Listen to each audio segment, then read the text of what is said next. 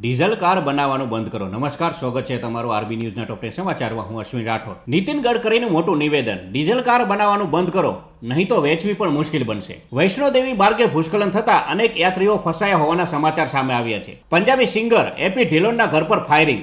સલમાન ખાન સાથેની દોસ્તી પર ગેંગસ્ટર લોરેન્સે આપી ધમકી. 8 મહિનામાં 2.5 કરોડ ભક્તોએ રામલલાના દર્શન કર્યા. દરરોજ 70,000 ભક્તો આવી રહ્યા છે. ઓગસ્ટ મહિનામાં જીએસટી કલેક્શનમાં 10%નો થયો વધારો. રૂપિયા 1.75 લાખ કરોડનું થયું કલેક્શન. અમેરિકા જવાનું વળગણ ભારતીયોમાં વધારે. હજારો ભારતીય એક જ માસમાં કેનેડાથી ચાલતા અમેરિકામાં ઘૂસ્યા. પાકિસ્તાનમાં ગાંધીના માર્ગે આંદોલન કરીને બલોચિસ્તાનની મહરંગ બલોચે પાકિસ્તાની સરકારની ચિંતામાં વધારો કર્યો. ઇથેનોલે સરકારના 99,000 કરોડ રૂપિયા બચાવ્યા. માટે હરદીપસિંહ પુરીએ ઉત્પાદન વધારવાની મંજૂરી આપી. પાકિસ્તાનમાં ઉદ્ઘાટન થતાની 30 મિનિટની અંદર જ આખો મોલ ભીડે લૂંટી લીધો. ડ્રીમ બજારનું સપનું તૂટી ગયું. અમેરિકામાં શખ્સે પાડોશીના ઘરમાં ઘૂસીને કરી અંધાધૂંધ ફાયરિંગ. 3 મહિલાઓની હત્યા અને 2 ઘાયલ. તો આ હતા આજના ટોપ 10 ન્યૂઝ અને હું હતો આપની સાથે અશ્વિન રાઠોડ. જય હિન્દ, જય ભારત.